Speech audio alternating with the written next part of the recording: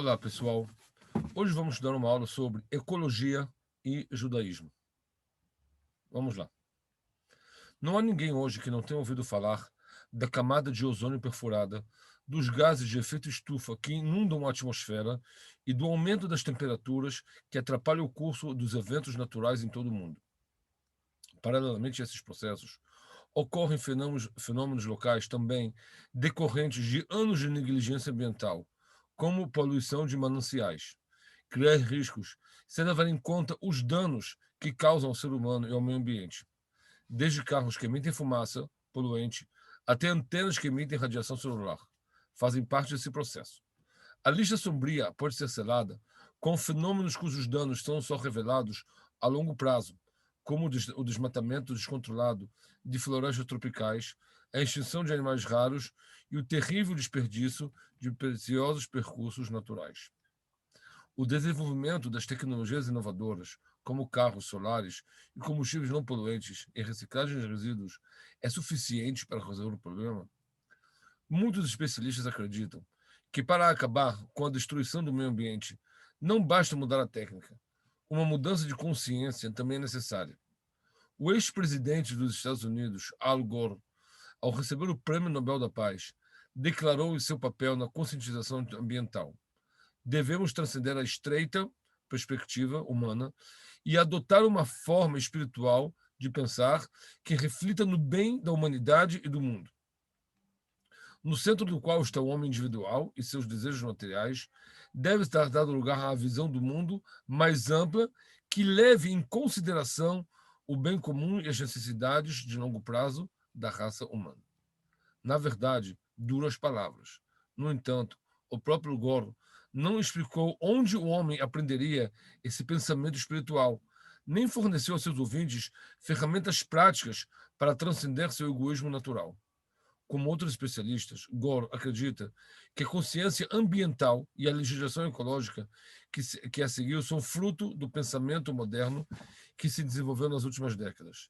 Só então, o homem percebeu que era importante preservar e proteger o mundo animal e vegetal de danos. Anteriormente, era comumente pensado que o homem fez tudo o que pôde sem estar ciente do fato de que estava cortando o galho em que estava sentado.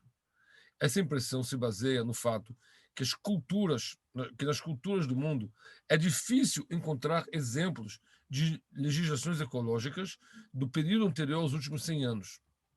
Porém, temos novidades. Um estudo das fontes do judaísmo revela uma concepção ecológica notavelmente avançada. Em alguns aspectos, até excede o escopo e a profundidade do movimento moderno pelo meio ambiente. Essa visão da Torá não se limita a tomar medidas punitivas contra os agressores ambientais, mas sim traça as raízes antimorais e anti-educacionais da poluição ecológica e as desraiza. A Torá não apenas contém o registro mais antigo do mundo da legislação verde, mas também inclui ideias inovadoras das quais o mundo, em geral, só tomou conhecimento nas últimas décadas. É possível que a chave para um mundo mais verde esteja realmente escondida na biblioteca judaica?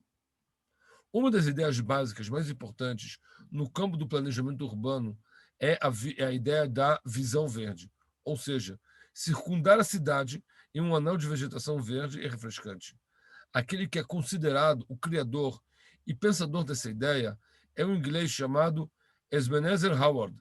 Em 1898, ele apresentou a visão de uma cidade de tipo diferente e até então desconhecida. Uma cidade pré-planejada, de área limitada e circundada por um cinturão vegetal.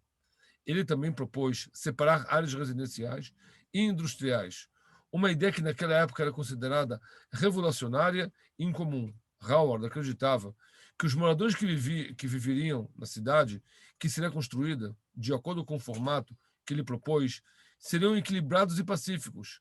Este será um fenômeno que impediria o desenvolvimento das mazelas sociais prevalentes nas cidades antigas. E é surpreendente perceber que essas ideias lógicas foram propostas apenas no final do século XIX.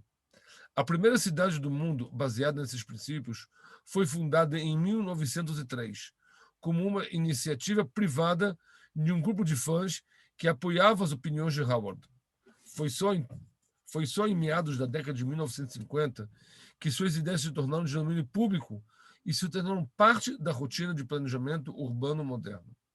Como mencionado, 3 objetivos principais estavam diante dos olhos de Howard: prevenir a expansão descontrolada do espaço urbano, criar uma separação clara entre as áreas industriais e residenciais e fortalecer o contato entre os residentes da cidade e o mundo natural, circundando a cidade em um parque acessível a todos. Howard é retratado como um homem que foi educado para ver e compreender coisas que seus contemporâneos não entendiam. No entanto, ao que parece, houve alguém que o precedeu. Um modelo urbano notavelmente semelhante a seu modelo moderno já aparece em nossos ensinamentos sagrados.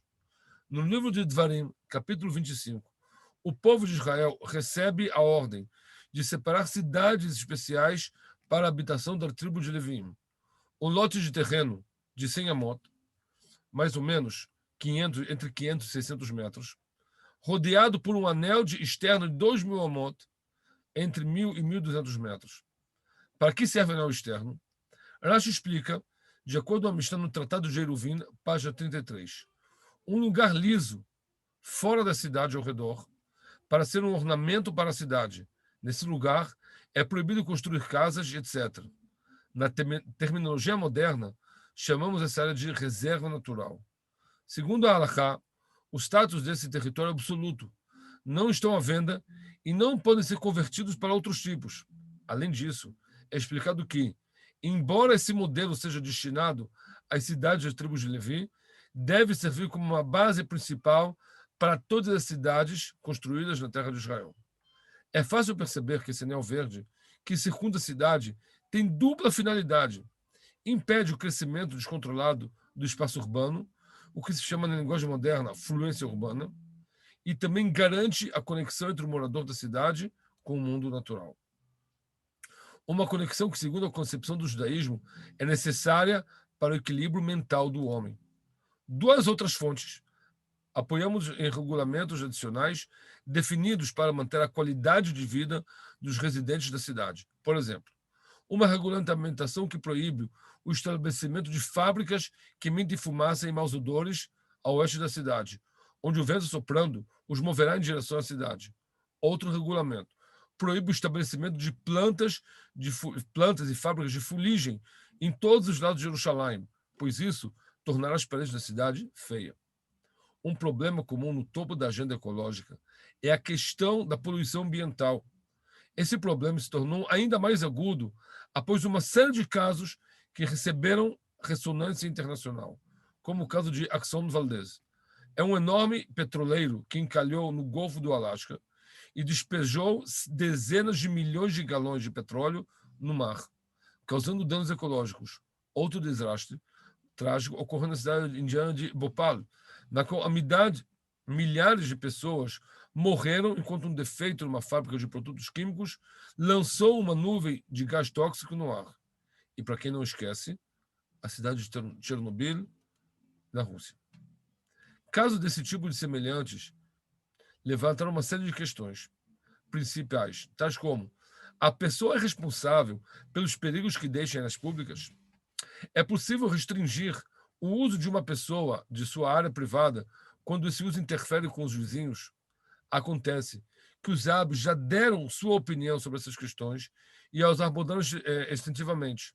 O Rambam, Ilchot Shchenim, Halakha 11, Halakha 6, fixou que a pessoa deve afastar de sua casa qualquer coisa que cause danos a seus vizinhos, exceto em casos que os vizinhos concordam com a presença de tal coisa. Existem 4 coisas que a pessoa tem o direito de reclamar, mesmo havendo concordado ao princípio em sua presença: poeira, fumaça, mau odor e vibração. Nem é preciso dizer que esses são alguns dos principais problemas com os quais o residente de uma cidade moderna tem que lidar. O Rambam acrescenta que toda pessoa tem o direito de ter proveito de paz sem ser incomodada pela ação de seus vizinhos. Por isso, pode impedir que o vizinho se dedique ao seu quintal em trabalhos que atraiam corvos ou outras aves que fazem barulho. Essa determinação foi a base para uma decisão alárrica e um caso interessante, que foi levada a decisão do Rivash, Rabbi Yitzhak Bar Sheshet, um dos maiores estudiosos da Halakha na Espanha, no norte da África, no início do século XIV. Um judeu residente da cidade de Castela queixou-se de seu vizinho que operava uma máquina de tecer em sua casa, o que fazia vibrar as paredes da casa. Em sua defesa, o vizinho alegou que tinha o direito de fazer o que quisesse com sua casa. Ele acrescentou que mover a máquina de um lugar para outro incorreria em várias despesas. O Rivash decidiu a favor do reclamante e, a propósito, declarou uma regra de grande importância em nosso caso. Uma pessoa não tem permissão para prevenir-se de um prejuízo futuro, causando dano a terceiros. Os exemplos dados até agora são uma pequena minoria das seguintes leis e lideranças para garantir uma vida normal e inofensiva e ter uma harmonia positiva e natural. Os sábios instruíram as pessoas que moram próximas umas das outras de viver de uma maneira que não prejudique seu vizinho ou todo o meio ambiente. Os sábios não se contentam apenas no cuidar do ambiente físico do homem, mas também são pioneiros no campo da ecologia espiritual. De acordo com a concepção judaica, toda pessoa tem o direito de viver em um ambiente harmonioso, no qual não será submetida a bombardeios incessantes do mau instinto. Todos nós sabemos muito bem quanto a mídia, a literatura, cinema, televisão e muito mais inundam nosso ambiente com violência, crime e ato de destruição de todos os tipos. Tudo o que corrói o limiar da sensibilidade moral prejudica o ambiente moral e enfraquece a resistência interna do mal, que é uma espécie de poluição cultural que não é menos perigosa do que gás tóxico. Essas mensagens culturais negativas penetram profundamente nas camadas internas, poluindo as águas subterrâneas da alma humana. Eles afetam o subconsciente e moldam a personalidade da pessoa de maneiras ocultas. Como a ciência ecológica nos ensinou, o dano imediato nem sempre é visível. As substâncias tóxicas se acumulam por anos antes que as dimensões da catástrofe sejam reveladas. Além disso, a exposição descontrolada às mensagens abertas e às veladas da sociedade afluente reforça na pessoa o lado egoísta, que vê apenas suas próprias necessidades. Essa pessoa pode ser tão perigosa quanto o buraco na camada de ozônio. Ele pode se pisotear em qualquer valor que esteja em seu caminho e ignorar qualquer consideração moral que possa interferir na realização dos desejos do seu coração. Vamos imaginar uma criança crescendo em um ambiente espiritual, saudável e equilibrado. O alimento que entra é livre de pesticidas tóxicos. O ar que respira é fresco e limpo. E a beleza da natureza é visível a todos os lados. Igualmente importante é o alimento espiritual rico em vitaminas positivas que ele absorve em sua mente. Ele está cercado por pessoas que levam um estilo de vida caracterizado por atos de bondade e generosidade, autocontrole e consideração pelos outros, modéstia em comportamento e contentamento com pouco. Muito provavelmente, ele próprio desenvolverá uma personalidade saudável e atenciosa. Daí a conclusão. Se há um denominador comum entre o buraco de ozônio, o derretimento das geleiras e o efeito da estufa global, há também um denominador comum entre os vários fatores espirituais. Esse é o fator humano. Em uma análise, as raízes do dano ecológico no mundo são pensamentos egoístas, ganância e de más qualidades. O problema da poluição global não será resolvido apenas com a mudança para motores elétricos ou graças a tecnologias inovadoras de reciclagem. Uma profunda consciência moral também é necessária. Al Gore sugeriu em sua palestra sobre o pensamento espiritual, mas não sugeriu fonte de onde esse pensamento seria extraído. A solução para todo o complexo é encontrada nas palavras de Hazal. Enquanto Deus criou o primeiro homem, diz o Midrash, ele pegou o homem e passeou com ele em todo o jardim do Éden, dizendo-lhe: veja como minha criação é bonita e seja ciente, não estrague e nem destrua meu mundo, que se você quebrar, não haverá ninguém para consertar para você. Muito obrigado.